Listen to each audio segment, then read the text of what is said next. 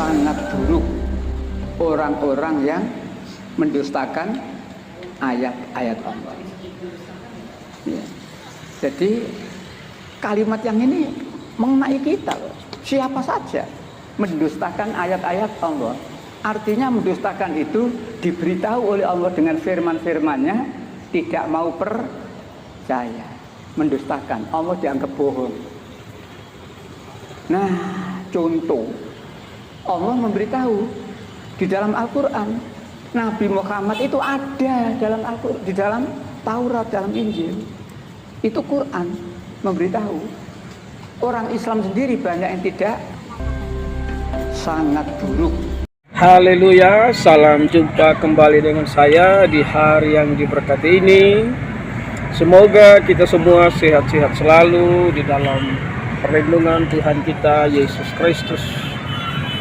Sebelum saya tanggapi sebuah video, jangan lupa like dan subscribe. Berikanlah komentar-komentar yang membangun. Saudara-saudara yang terkasih, baru saja kita menyaksikan sebuah video. Ada seseorang yang berkata bahwa Allahnya menyatakan bahwa Nabi Muhammad itu ada di dalam Taurat dan Injil. Saudara yang terkasih dalam Tuhan kita Yesus Kristus, Alkitab kita itu tidak berbohong, dan kami orang-orang Kristen tidak pernah mendustai apa yang dikatakan Alkitab. Itulah yang kami mengimani, kami percaya. Saudara yang terkasih, kalau Bapak mengatakan Nabi Muhammad ada di dalam Taurat, bisa saja karena bicara tentang keturunan Ismail. Tapi kalau Bapak menyampaikan bahwa Muhammad itu ada di dalam Injil, nah ini satu pernyataan yang tidak berdasarkan Alkitab. Kenapa? Karena khususnya perjanjian baru, keempat Injil dan surat-surat penulisan Paulus, itu semua itu tertuju kepada Yesus Kristus. Jadi perjanjian baru adalah hasil penggenapan daripada perjanjian lama. Karena Yesus Kristus itu adalah penggenapan hukum Taurat.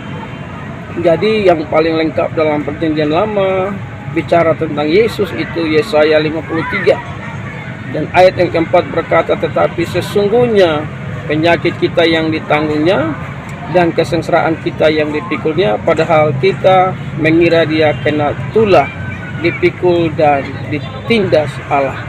Jadi semua nubuat-nubuat di dalam perjanjian lama bicara tentang Yesus itu digenapi dalam perjanjian baru.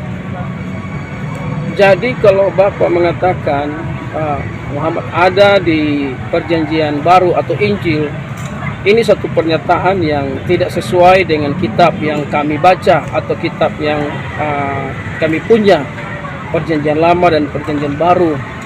Karena sekali lagi saya sampaikan bahwa Injil itu bicara tentang kehidupan Yesus Kristus, karya keselamatan yang dikerjakan oleh Yesus Kristus, dan semua tentang kehidupan Yesus Kristus itu dituliskan di dalam perjanjian baru. Sebab itu sekali lagi saya katakan bahwa Alkitab kami tidak salah. Kalau menurut Bapak ada di Taurat dan Injil, boleh diteliti kembali. Boleh cari ke kitab yang asli untuk membuktikan apakah itu ada. Namun sekali lagi saya katakan bahwa Injil itu bicara khusus tentang Yesus. Baik 4 Injil dan surat-surat Paulus semuanya itu tertuju kepada Yesus Kristus Tuhan.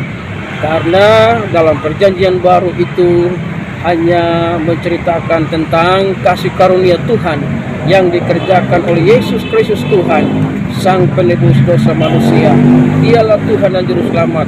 Dan di dalam perjanjian baru itu tidak fokus kepada nabi manapun selain kepada Dia yang bernama Yesus Kristus Tuhan. Jadi Alkitab kami tidak pernah salah. Haleluya, salam kemenangan iman.